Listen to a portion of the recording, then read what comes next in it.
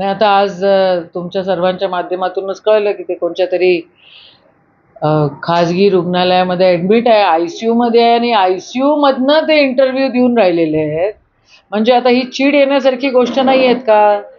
विड्रॉलच्या दिवशी आमची त्यांची पहिल्यांदा भेट झाली.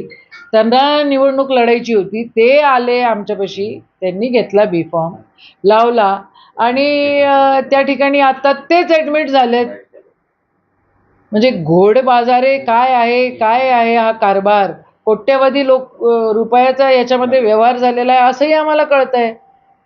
आणि जर इतका कोट्यवधी रुपयांचा जर व्यवहार होतो आणि एवढे कॅश जर इकडची तिकडे आणि तिकडची इकडे होते, तर आदरणीय देवेंद्रजी काय करतायत?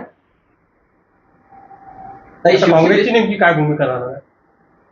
प्रदेश अध्यक्ष जसं सांगतील तसं आम्ही करू. वंचितला पाठिंबा देण्याची जे प्रदेश अध्यक्ष सांगतील तसं आम्ही करू.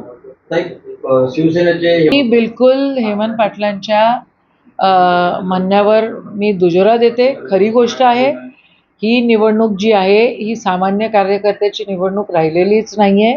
या निवडणुकीमध्ये काय घोडेबाजार होतो आहे आणि कशा प्रकारे हे लोक करप्शन करतायत, कशा प्रकारे करप्ट सगळी सिस्टम करतायत हे आपण बघतोय.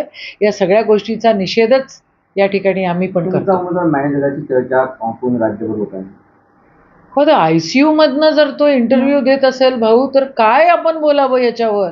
तो मॅनेज झाल्यासारखाच आहे ना. 15-20 कोटी रुपये त्यांना घेतले म्हणतात. मी तेच बोलले की 15-20 कोटी रुपये त्यांनी घेतले. एवढी कॅश आणि एवढा व्यवहार जर हवा होतोय, तर मग होम मिनिस्ट्री करते तरी काय आहे? नागपुरातच ॲडमिट आहे म्हणते तो. आणि नागपुरातून तो आय-सी-यू मधनं इंटरव्ह्यू देऊन राहिला म्हणते. चीड येते या सगळ्या गोष्टीची आम्हाला पण.